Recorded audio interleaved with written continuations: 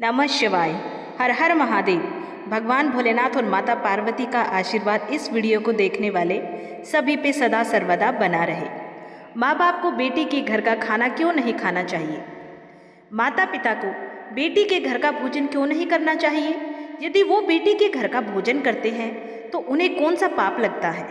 प्रिय मित्रों, आज मैं आपके इस प्रश्न का उत्तर एक अत्यंत ही सुंदर कथा के माध्यम से देना चाहती हूँ। तो चलिए, आपका ज़्यादा समय व्यर्थ ना करते हुए आज की ये दिव्य और पावन कथा प्रारंभ करते हैं। सतियों के समय की बात है। गरुड़ देव, जो भगवान विष्णु के वाहन और परम भक्त हैं, सदैव धर्म और शास्त्रों के रहस्य को जानने के लिए उत्सुक रहते थे। एक दिन वो बैकुंठ धाम में भगवान श्री हरि के पास आए और हाथ जोड़कर बोले, हे प्रभु, आज जब मैं आकाश लोक में विचरण कर रहा था तभी मैंने पृथ्वी लोक पर एक विचित्र दृश्य देखा, जिसे देखकर मेरे मन में एक शंका उत्पन्न हुई। हे प्रभु, मैंने देखा पृथ्वी लोक पर बहुत से माता पिता अपनी विवाहित पुत्री के घर जाते हैं और वहाँ का अन्न जल ग्रहण करते हैं, किंतु शास्त्रों में कहा गया है कि माता पिता को बेटी के घर का भोजन ग्रहण नहीं करना चाहिए, ऐसा करना वर्जित है। हे प्रभु, इस नियम के पीछे क्या कारण है? और यदि कोई माता पिता ऐसा करते हैं तो उन्हें कौन सा पाप भोगना पड़ता है? और मेरा दूसरा प्रश्न ये है कि इस संसार में सबसे बड़ा धन क्या है? गरुड़ देव के इन प्रश्नों को सुनकर भगवान श्री विष्णु एक रहस्यमय मुस्कान के साथ बोले, हे विनता पुत्र गरुड़, तुम्हारा प्रश्न अत्यंत श्रेष्ठ और धर्म संगत है। इस विषय में बहुत से लोग भ्रमित रहते हैं। शास्त्रों ने ये नियम केवल इसलिए नहीं बनाया कि बेटी के घर का अन्न अशुभ है, बल्कि इसके पीछे गहन सामाजिक और आध्यात्मिक कारण छिपे हैं। जब बेटी विवाह के बाद अपने पति के घर जाती है तो वो उस कुल की गृह लक्ष्मी बन जाती है। वो अपने पति के कुल धर्म और कुल मर्यादा की पोषक होती है। माता पिता यदि बेटी के घर भोजन करते हैं तो वे अन्न ग्रहण करके अनजाने में उस परिवार पर आश्रित होने का भाव उत्पन्न करते हैं। शास्त्रों में कहा गया है कि आश्रित भाव से खाया गया अन्न ऋण के समान होता है। माता पिता उस अन्न के ऋणी बन जाते हैं और ये ऋण उनके पुण्य का नाश करता है।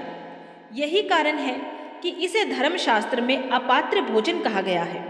हे गरुड़, यदि कोई माता पिता आवश्यकता या फिर विवशता के बिना बेटी के घर बार बार भोजन करते हैं तो उन्हें पितृक में कष्ट भोगना पड़ता है। उनके पुण्य क्षीण हो जाते हैं।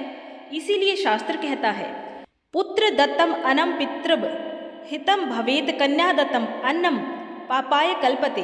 अर्थात पुत्र द्वारा दिया गया अन्न माता पिता के लिए पुण्यदायी होता है, परंतु कन्या द्वारा दिया गया अन्न पाप फल देने वाला होता है। हे विंता नंदन, मैं तुम्हारे इन सभी प्रश्नों का उत्तर एक कथा के माध्यम से देने जा रहा हूँ, जिसे सुनने के बाद आपको आपके सभी प्रश्नों का उत्तर मिल जाएगा। प्रिय मित्रों, कथा प्रारंभ करते हुए भगवान श्री विष्णु जी बोले, हे गरुड़ देव, प्राचीन काल की बात है। गंडक नदी के समीप वीरपुर नाम का एक राज्य था, जहाँ सुदर्शन नाम के एक प्रतापी राजा शासन करते थे। उनके राज्य में वैभव की कोई सीमा न थी। सोने चांदी के असीम भंडार, अनगिनत दुर्लभ रत्न, हाथी घोड़ों और रथों से सुसज्जित विशाल सेना, एक दिव्य राजमहल जिनकी दीवारों पर स्वर्ण जड़ित नक्काशी दमकती रहती थी। संगमरमर के फर्श पर चलने से ऐसी प्रतिध्वनि होती थी मानो स्वयं गंगा की लहरें गूंज रही हो। राजमहल में सैकड़ों सेवक सेविकाएं चारों पहर सेवा में तत्पर रहते थे। दरबार इतना भव्य था कि जब राजा राज सिंहासन पर विराजमान होता तो राजपुरुषों, मंत्रियों और सेनापतियों की पूरी सभा सम्मान में झुक जाती थी। उसकी उपस्थिति से सभा कक्ष में मानो तेजस्विता की एक लहर दौड़ जाती। जब वो रथ पर सवार होकर नगर की गलियों में निकलते तो मार्ग के दोनों ओर खड़े नगरवासी पुष्प वर्षा करके उनका स्वागत करते। बालक रथ को देखकर हर्षित हो उठते और वृद्धजन आशीर्वाद बरसाते। हर ओर राजा सुदर्शन की जय जयकार गूंजती। परंतु हे विंता नंदन, उस राजसी चौकाचौंध के पीछे एक गहरा अंधकार छिपा था। जैसे ही रात का समय आरंभ होता, सुदर्शन का मन बेचैन हो उठता। वो अकेला अपने विशाल कक्ष की खिड़की के पास खड़ा होकर आकाश की ओर देखता, मानो तारों से कोई अनकही बात कहना चाहता हो। वो स्वयं से प्रसन्न करता। इतना वैभव, इतना यश, इतनी शक्ति और सम्मान फिर भी मेरे मन को शांति क्यों नहीं मिलती? ये खालीपन कौन सा है जो सब कुछ होते हुए भी मुझे भीतर ही भीतर खाए जा रहा है? प्रिय मित्रों, ये सब सोचकर राजा सुदर्शन की बेचैनी दिन प्रतिदिन बढ़ती जा रही थी। एक दिन राजा सुदर्शन ने दरबार के बीच अपने मंत्रियों और सभासदों से प्रश्न पूछते हुए कहा, मुझे बताओ, सबसे बड़ा धन क्या है? सोना चांदी, राजसत्ता, पुत्र पुत्री या प्रजा का प्रेम? ये प्रश्न सुनकर सभा में क्षण भर के लिए मौन छा गया। सभी मंत्री, अमात्य और राजपुरुष एक दूसरे का चेहरा देखने लगे। फिर एक एक करके सबने अपनी अपनी राय रखनी शुरू की। किसी ने कहा, स्वामी, सोना ही सबसे बड़ा धन है, क्योंकि उससे संसार की हर वस्तु खरीदी जा सकती है, हर इच्छा पूरी की जा सकती है। दूसरे ने कहा, नहीं महाराज, संतान सबसे बड़ा धन है, क्योंकि वही वंश को आगे बढ़ाती है, नाम को अमर बनाती है। तीसरे ने कहा, महाराज, प्रजा का सम्मान और उनका प्रेम ही सबसे बड़ा धन है, क्योंकि उसके बिना राजा अधूरा है। चाहे सोना हो या संतान, यदि प्रजा का स्नेह ना हो तो राजसत्ता टिक नहीं सकती है। राजा सुदर्शन ने दरबार में उपस्थित सभी की बातें ध्यानपूर्वक सुनी, किंतु उनके हृदय को तृप्ति ना मिली। वो चुपचाप राज दरबार से उठे और अपने कक्ष की ओर चल दिए। उसी रात राजा ने एक विचित्र स्वप्न देखा। स्वप्न में उसे एक वृद्ध साधु दिखाई दिए। उनके केश हिम के समान श्वेत थे, नेत्रों में असीम करुणा और मुखमंडल पर अद्भुत तेज छलक रहा था। वे किसी दिव्य प्रभा से आभासित प्रतीत हो रहे थे। साधु ने गंभीर स्वर में कहा, हे राजन, तू सोने चांदी रतन और वैभव के सागर में डूबा हुआ है, परंतु सच्चे धन से अब भी वंचित है। वो धन ना तेरे खजाने में है, ना दरबार की चकाचौंध में, ना तेरे पुत्र पुत्रियों के स्नेह में। वो धन तुझे केवल धर्म और सत्कर्म के मार्ग पर चल के प्राप्त होगा। वही धन अमर है, वही जीवन को सार्थक करता है। स्वप्न में साधु की वाणी सुनते ही सुदर्शन का हृदय कांप उठा और उनकी आंख खुल गई। स्वप्न विलीन हो गया, परंतु उन वचनों की गूंज उसके मन में प्रतिध्वनित होती रही।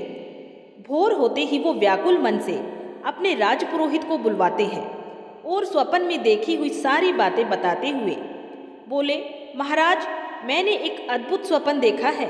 मैंने देखा, स्वप्न में एक तेजस्वी वृद्ध साधु ने मुझसे कहा कि सबसे बड़ा धन नष्ट नहीं होता और वो केवल धर्म और सत्कर्म से ही प्राप्त होता है। किंतु मैं समझ नहीं पाया कि वो धन वास्तव में है क्या। कृपया बताइए, वो कौन सा धन है जो कभी नष्ट नहीं होता है? राजा सुदर्शन की बात सुनकर राजपुरोहित शांत भाव से मुस्कुराए। उनके नेत्रों में गहन ज्ञान की झलक थी। वे मंद मुस्कान के साथ बोले, राजन, आपका प्रश्न साधारण नहीं, अत्यंत गूढ़ है। राजभोग और संपत्ति तो क्षण भंगुर है। सच्चे धन का रहस्य समझना चाहते हो तो आपको उन साधु संतों और महर्षियों के पास जाना होगा जो सांसारिक बंधनों से परे हैं। वही आपको उस अमर धन का मार्ग दिखा सकते हैं। राजपुरोहित के इन वचनों ने राजा सुदर्शन के हृदय में एक नई ज्वाला प्रज्वलित कर दी। फिर राजा ने निश्चय कर लिया कि वो इस अदृश्य और अमर धन को पाने के लिए अपना राज सिंहासन, अपना वैभव और सुख सुविधाएं सब कुछ त्याग देंगे। प्रिय मित्रों, आगे भगवान श्री विष्णु जी गरुड़ देव से बोले, हे पक्षीराज राजा सुदर्शन, राजपुरोहित के मुख से ये सब बातें सुनकर अपने विशाल राजमहल, सोने चांदी के भंडार और राज वैभव को छोड़कर अकेले ही वन की ओर निकल पड़े। उसका पथ सरल नहीं था। कभी वो कांटों से भरे पथ पे चलते तो कभी घने और अंधकारमय जंगलों से होकर गुजरते, लेकिन उसके हृदय में एक ही ज्वाला प्रज्वलित थी, ये जानने की कि वो कौन सा धन है जो कभी नष्ट नहीं होता है। कई दिनों की कठिन यात्रा के बाद थका हारा राजा सुदर्शन अंततः एक शांत वनाश्रम पहुंचा। वहां पर उसने देखा कि एक महात्मा गहन ध्यान में लीन है। उनका शरीर व्योवृद्ध था, पर चेहरा तेजस्वी और आंखें ज्ञान से भरी हुई थी। राजा ने उनके चरणों में प्रणाम किया और विनम्र स्वर में कहा, हे गुरुदेव, मेरा नाम सुदर्शन है। मैं वीरपुर राज्य का राजा हूँ। मैं वो जानने आया हूँ जो आज तक मुझे किसी ने नहीं बताया। मेरे पास धन, दौलत, परिवार, यश, वैभव सब कुछ है, फिर भी मेरे भीतर खालीपन है। कृपा करके बताइए वो कौन सा धन है जो कभी नष्ट नहीं होता है। महात्मा ने धीरे से अपने नेत्र खोले और शांत स्वर में बोले, हे राजन, तुम्हारे पास जो कुछ है वो समय का दिया हुआ है और समय जब चाहे छीन सकता है, और सोना चांदी चोर ले जा सकते हैं, राजपाट विद्रोह से छीन सकता है, संतान मृत्यु से दूर हो सकती है, यश बदनामी से मिट सकता है, किंतु एक ऐसा धन जिसे ना समय छीन सकता है और ना मृत्यु, वो तुम्हारे साथ जाएगा। महात्मा के मुख से ये शब्द सुनकर राजा विस्मित होकर बोले, हे गुरुदेव, वो धन क्या है? महात्मा ने उत्तर दिया, राजन, उस धन को शब्दों में तुरंत नहीं बताया जा सकता है, ये समझना पड़ता है अनुभव से। यदि तुम जानना चाहते हो तो तुम्हें एक कथा सुननी होगी। उस कथा में वो रहस्य छिपा है जिसे सुनकर तुम्हें मार्गदर्शन मिलेगा। राजा सुदर्शन ने हाथ जोड़ के कहा, हे गुरुदेव, कृपा करके वो कथा मुझे सुनाइए, मेरे जीवन का उद्देश्य ही यही है। महात्मा ने मुस्कुरा के कहा, सुनो राजन, ये कथा है एक ऐसे साहूकार की जिसने धन के लिए सब कुछ त्याग दिया, परंतु अंत में समझ पाया कि सबसे बड़ा धन कुछ और ही है। महात्मा बोले, राजन, एक नगर में सुंदरम नाम का एक व्यापारी रहता था। उसके पास अपार संपत्ति थी, सोने चांदी के भंडार, असंख्य नौकर चाकर और व्यापार के इतने स्रोत थे कि दिन रात धन उसके घर में बरसता था। नगरवासी उसे सम्मान से देखते और उसकी प्रशंसा करते, परंतु धन के अहंकार ने उसके भीतर कठोरता भर दी थी। सुंदरम अपने धन के बल पर गरीबों को दबाता था, मजदूरों से अधिक काम करवाता और कभी किसी की मदद नहीं करता था। उसे लगता था कि धन ही सब कुछ है और धन ही उसे अमर बना देगा। समय बीतता गया। एक दिन उसके नगर में महामारी फैली, लोग मरने लगे, नगर वीरान होने लगा। इस बीमारी की चपेट में धीरे धीरे उसका परिवार भी आ गया। उसकी आंखों के सामने उसके 2 बेटे और पत्नी चल बसे। सुंदरम लाखों स्वर्ण मुद्राएं खर्च करके वैद्य बुलाता, दवाएं मंगवाता, परंतु मृत्यु ने उसकी एक न सुनी। हे राजन, इस घटना के बाद पहली बार उस व्यापारी को एहसास हुआ कि उसका धन कितना असहाय है। उसने सोचा, जो धन मेरे सामने खड़ा होकर मेरी रक्षा नहीं कर पा रहा, क्या वो सचमुच धन है? दुख और पछतावे में डूबकर वो नगर से बाहर निकल गया। रास्ते में उसे एक साधु मिले। साहूकार रोते हुए उनके चरणों में गिर पड़ा और रोते हुए बोला, महाराज, मेरे पास इतना धन था कि मैं खुद को दुनिया का सबसे बड़ा धनवान मानता था, पर आज मैं अकेला हूँ, सब छिन गया। बताइए, कौन सा धन है जो मृत्यु भी नहीं छीन सकती है? साधु ने शांत स्वर में उस साहूकार को उत्तर दिया और बोले, साहूकार, जो धन तूने कमाया वो तेरा नहीं था, वो केवल समय के लिए था।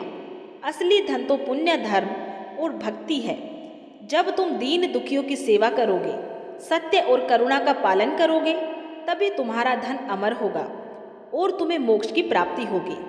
साधु महात्मा की बातें सुनकर साहूकार का हृदय परिवर्तित हो गया। फिर उसने अपना शेष जीवन गरीबों की सेवा में लगा दिया। अनाथ बच्चों के लिए आश्रम बनवाए, भूखों को भोजन कराया, और जब अंत समय आया तो उसके चेहरे पर संतोष की मुस्कान थी, क्योंकि वो जान चुका था कि अमर धन केवल पुण्य है। प्रिय मित्रों, महात्मा जी ने कथा समाप्त करके राजा सुदर्शन से कहा, हे राजन, उस साहूकार ने सब कुछ खोकर ये सत्य पाया, परंतु ये सत्य तुम्हें साधु संतों के वचन से मिल रहा है। अगर तुम इसे समझ लो तो तुम्हारे जीवन का अर्थ कितना ऊंचा हो सकता है। साधु महात्मा की बातें सुनने के बाद राजा सुदर्शन कुछ देर मौन बैठे रहे। उनके चेहरे पर विचारों का भार स्पष्ट था। फिर उन्होंने हाथ जोड़कर कहा, हे गुरुदेव, आपकी कथा ने मेरे हृदय को झकझोर दिया है, परंतु यदि सचमुच धन, वैभव और परिवार सब नश्वर है और केवल पुण्य ही सबसे बड़ा धन है, तो फिर राजधर्म, प्रजाधर्म और भक्ति का स्थान कहाँ है? क्या केवल दान और सेवा ही उस धन का मार्ग है? राजा सुदर्शन के इस प्रश्न को सुनकर महात्मा ने शांत स्वर में उत्तर दिया, हे राजन, तुम्हारा ये प्रश्न उचित है। पुण्य केवल दान करने से नहीं मिलता है। दान तो एक अंग है। असली पुण्य तो तब होता है जब तुम अपने कर्तव्यों को धर्म के अनुसार निभाते हो। एक राजा के लिए प्रजा की रक्षा करना, अन्याय का नाश करना, सत्य का पालन करना और धर्म को बढ़ाना ही सबसे बड़ा पुण्य है। जैसे एक साधु तपस्या से पुण्य कमाता है, वैसे ही राजा न्याय और धर्म पालन से पुण्य अर्जित करता है। हर व्यक्ति का धर्म अलग है, परंतु धर्मनिष्ठा और करुणा ही उसका शाश्वत धन बनती है। राजा ने दोबारा पूछा, हे गुरुदेव, यदि पुण्य ही अमर धन है तो क्या इसका फल मृत्यु के बाद भी आत्मा को मिलता है? महात्मा ने गहरी दृष्टि से राजा को देखा और बोले, हाँ राजन, जब मनुष्य इस संसार से विदा लेता है तब उसके सोने चांदी के भंडार यही रह जाते हैं। उसके राजमहल धूल में मिल जाते हैं। उसका नाम यश समय की गर्त में खो जाता है, किंतु उसके पुण्य कर्म और पाप कर्म ही आत्मा के साथ जाते हैं। यही आगे चलकर उसे स्वर्ग या नरक के मार्ग पर ले जाते हैं। यही अगले जन्म का आधार बनते हैं। यही वो खजाना है जो कभी भी नष्ट नहीं होता है। राजा सुदर्शन ने गहरी सांस ली और कहा, गुरुदेव, अब मुझे समझ आ रहा है कि अमर धन अलग अलग व्यक्तियों के लिए अलग अलग कर्तव्यों से बनता है। व्यापारी के लिए दान और सेवा, ऋषियों के लिए तप और करुणा और राजा के लिए धर्म पालन। किंतु क्या इस मार्ग पर चलने के लिए केवल कर्म ही आवश्यक है या भक्ति भी उतनी ही जरूरी है? महात्मा मुस्कुराए और बोले, हे राजन, आपने बहुत गूढ़ प्रश्न किया है। कर्म और भक्ति दोनों मिलकर ही अमर धन का निर्माण करते हैं। इसे समझाने के लिए अब मैं तुम्हें एक भक्त की कथा सुनाऊंगा, जिसने साधारण जीवन जीते हुए भी भक्ति से इतना धन अर्जित किया कि देवता भी उसका सम्मान करते हैं। महात्मा बोले, राजन, तुमने उचित प्रश्न किया है कि क्या भक्ति भी अमर धन का मार्ग है। अब मेरी बात ध्यानपूर्वक सुनो। मैं तुम्हें एक ऐसे बालक की कथा सुनाने जा रहा हूँ जिसने भक्ति से वो धन अर्जित किया जो आज भी अमर है। उस बालक का नाम ध्रुव है। हे राजन, एक समय की बात है, उज्ज्वल राज्य का राजकुमार ध्रुव अपनी बाल सुलभ मासूमियत में कभी नहीं सोच सकता था कि उसके अपने ही घर में उसके साथ भेदभाव होगा। उसका हृदय राजमहल की चकाचौंध में नहीं बल्कि माँ के स्नेह में बसता था। किंतु नियति ने जैसे उसकी बाल्यावस्था की कोमल भावनाओं को परखने की ठान ली। राजमहल में एक दिन ऐसा आया जब ध्रुव ने खेलक में अपने पिता महाराज उत्तानपाद की गोद में बैठने की इच्छा जताई, परंतु उसकी सौतेली रानी ने उसे तिरस्कार भरे शब्दों से रोक दिया। उस क्षण उसकी नन्ही आंखों में आंसू छलक आए। वो राजकुमार होकर भी अपने ही महल में अपमानित हुआ। रोते रोते जब वो अपनी माता सुनीता के पास पहुंचा तो अपने बेटे ध्रुव को इस प्रकार से रोता देखकर वो व्यथित हो उठी। उन्होंने अपने बेटे के आंसू को पोंछते हुए कहा, बेटा, संसार का सुख चंचल है, राज सिंहासन भी टिकाऊ नहीं है। यदि तुझे सच्चा सहारा चाहिए तो तुम भगवान की शरण में जाओ। वो तुम्हें ऐसा खजाना देंगे जिसे कोई छीन नहीं सकता, जो ना समय से मिटेगा ना मृत्यु से मिटेगा। माता के इन शब्दों ने बालक ध्रुव के हृदय को झकझोर दिया। उसी क्षण बालक ध्रुव ने निश्चय कर लिया कि वो राजमहल के सुख सुविधाओं को त्याग करके ईश्वर की खोज में जाएंगे। एक रात चुपचाप वो अपने महल को छोड़कर घने अंधकार में वन की ओर निकल पड़ा। वन का वातावरण भयावह था। कहीं हिंसक पशुओं की गर्जना, कहीं ठंडी हवाओं की सरसराहट, कहीं कांटों से भरी झाड़ियाँ। परंतु उस नन्हे बालक का साहस अद्भुत था। उसने वन के मध्य एक स्थिर स्थान चुना और ईश्वर की ध्यान साधना में लीन हो गया। दिन बीतते गए। कभी उसने केवल पत्ते खाए, कभी सिर्फ जल पिया और अंत में तप की तीव्रता इतनी बढ़ गई कि वो मात्र प्राण वायु पर ही जीवित रहने लगा। उसका तन क्षीण हो गया, परंतु मन और श्रद्धा अटल रही। ध्रुव की आंखों में ईश्वर का नाम था, उसकी श्वास में प्रभु की पुकार थी। उसकी निष्कलंक भक्ति और कठोर तपस्या से देवग भी विचलित हो उठे। अंततः उसकी भक्ति ने स्वयं भगवान श्री विष्णु को प्रसन्न कर दिया। एक दिन भगवान श्री विष्णु एक दिव्य प्रकाश के साथ उसके सामने प्रकट हुए और मधुर मुस्कान के साथ बालक ध्रुव से बोले, हे वत्स ध्रुव, तुम्हारी अटूट निष्ठा और भक्ति ने हमें प्रसन्न कर दिया है। मांगो मांगो, तुम्हें क्या वरदान चाहिए। भगवान श्री हरि के मुख से ऐसे शब्द सुनकर बालक ध्रुव ने हाथ जोड़कर विनम्र स्वर में कहा, हे प्रभु, मुझे ऐसा धन दीजिए जो कभी नष्ट ना हो। मुझे वो पहचान दे जो सदा के लिए स्थायी रहे। बालक ध्रुव की बात सुनकर भगवान श्री विष्णु प्रसन्न होकर बोले, ठीक है वत्स, जैसा तुम चाहो। हम तुम्हें आकाश में वो अचल स्थान देते हैं जहाँ कभी क्षय नहीं होगा। आज से तुम ध्रुव तारा के नाम से संसार में जाने जाओगे। युगों युगों तक तुम्हारा नाम अमर रहेगा। मित्रों, आगे महात्मा जी बोले, हे राजन, आपने देखा कैसे एक छोटा सा बालक जिसने राजमहल की वैभवशाली सुविधाओं, सिंहासन और राज्य की चकाचौंध को ठुकरा दिया, उसने भक्ति के बल पर अमृता पाई। यही है असली धन, भक्ति और ईश्वर का प्रेम। ये धन किसी को दिखाई नहीं देता है, परंतु जब ये मिलता है तो आत्मा शाश्वत हो जाती है। महात्मा ने आगे कहा, राजन, यही कारण है कि संत और भक्त कहते हैं कि सोना, चांदी, सत्ता और परिवार सब क्षण भंगुर है, परंतु भक्ति और धर्म की शाश्वत धन है। ध्रुव की तरह जिसने भक्ति को अपनाया, उसका नाम आज तक अमर है। फिर राजा सुदर्शन ने हाथ जोड़ के कहा, गुरुदेव, अब मैं इस रहस्य को समझ गया हूँ। अब से मेरा जीवन इस अमर धन को अर्जित करने के लिए समर्पित रहेगा। मैं राज सिंहासन पर बैठकर केवल प्रजा के कल्याण, सत्य और धर्म के लिए कार्य करूँगा। यही मेरी सबसे बड़ी संपत्ति होगी। महात्मा मुस्कुराए और बोले, राजन, जब तुम इस मार्ग पर चलोगे तभी तुम्हारा जीवन सार्थक होगा। यही अमर धन का वास्तविक स्वरूप है। तो मित्रों, इस संसार का सबसे बड़ा धन ना सोना है, ना राजपाट, ना यश, ना परिवार। सबसे बड़ा और कभी नष्ट ना होने वाला धन है धर्म, भक्ति और पुण्य से अर्जित अमर संपत्ति, जिसकी खोज हर आत्मा को करनी चाहिए। यही संसार का सबसे बड़ा और कभी ना नष्ट होने वाला धन है। यही धन मृत्यु के बाद आत्मा के साथ रहता है और यही सच्ची पूंजी है। प्रिय मित्रों, आगे भगवान श्री विष्णु गरुड़ देव से कहते हैं, हे पक्षीराज, अब मैं आपको आपके दूसरे प्रश्न का उत्तर देने जा रहा हूँ कि माता पिता को बेटी के घर भोजन क्यों नहीं करना चाहिए।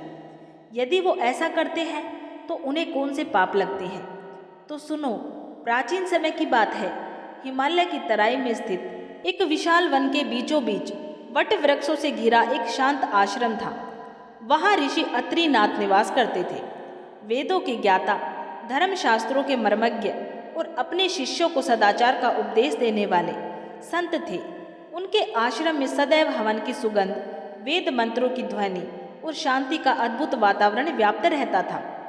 एक दिन प्रातःकाल के समय जब आश्रम के मध्य में यज्ञ की अग्नि धधक रही थी और शिष्य वेद पाठ कर रहे थे, तभी एक वृद्ध दंपत्ति वहां पहुंचे।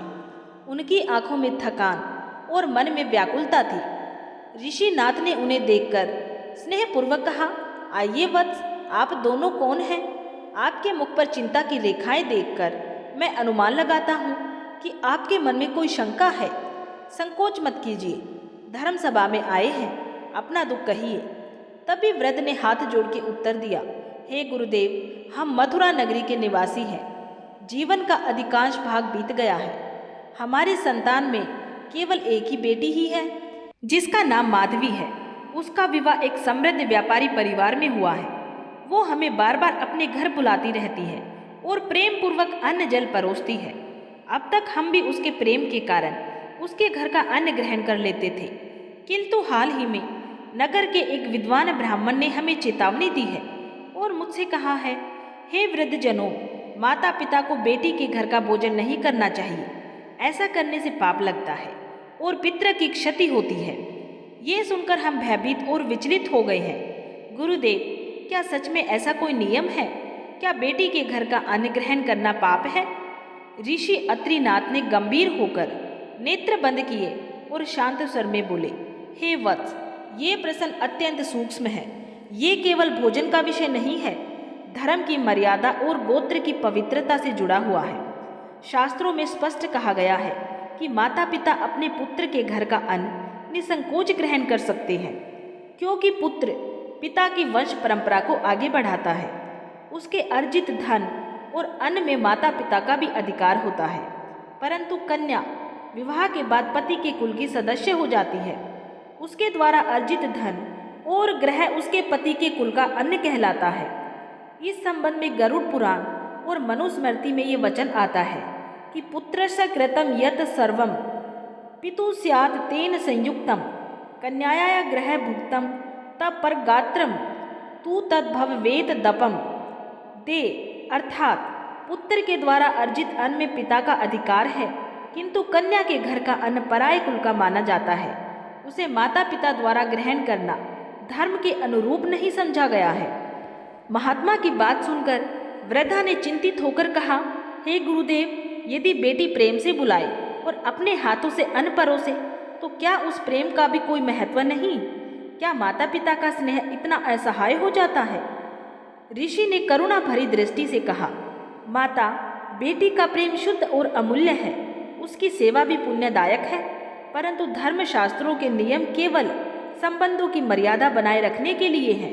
कन्यादान के समय पिता स्वयं अपनी पुत्री को उसके पति के कुल में समर्पित कर देते हैं। उस क्षण से उसका अन्न, जल और ग्रह उसी गोत्र का भाग हो जाता है। शास्त्र बताते हैं कि जो माता पिता बार बार बेटी के घर का अन्न ग्रहण करते हैं वे अनजाने में पर गोत्र अन्न दोष के भागी होते हैं। ये दोष इस रूप में प्रकट होता है कि उनके पितृलोक का पुण्य धीरे धीरे क्षीण हो जाता है। इसका ये अर्थ नहीं है कि बेटी के घर जाना या उसका स्नेह स्वीकार करना पाप है। बेटी का स्नेह ग्रहण करना पुण्यकारी है, परंतु भोजन की मर्यादा का पालन करना आवश्यक है। यदि कभी अनिवार्य स्थिति हो या बेटी का आग्रह टालना कठिन हो तो माता पिता पुत्र या परिवार के किसी अन्य पुरुष सदस्य के साथ वहां भोजन करें। ऐसा करने से कुल और धर्म की मर्यादा बनी रहती है। ऋषि अत्रिनाथ के वचन सुनकर वृद्ध दंपत्ति की आंखों में राहत के आंसू आ गए। वृद्ध ने हाथ जोड़ के कहा, गुरुदेव, आपने हमारे संदेह को दूर कर दिया है। अब हम बेटी का प्रेम तो स्वीकार करेंगे, पर उसके अन्न की मर्यादा का उल्लंघन नहीं करेंगे।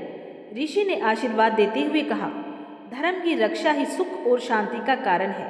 जो मर्यादा का पालन करता है वही कुल और पितरों की कृपा का पात्र बनता है। प्रिय मित्रों, इस प्रकार से आज की ये कथा समाप्त हुई। उम्मीद करती हूँ कि इस कथा को सुनने के बाद आपको समझ में आ गया होगा कि संसार में सबसे बड़ा धन कौन सा है और माता पिता को बेटी के घर का भोजन क्यों नहीं करना चाहिए। अगर आप सभी को ये कथा, ये कहानी अच्छी लगी है तो इस वीडियो को लाइक ज़रूर करें और ऐसी ही आध्यात्मिक और अपने सनातन धर्म से जुड़ी व्रत कथा, कहानियाँ सुनने के लिए हमारे चैनल शिव राम कथाएँ को सब्सक्राइब जरूर कर लें।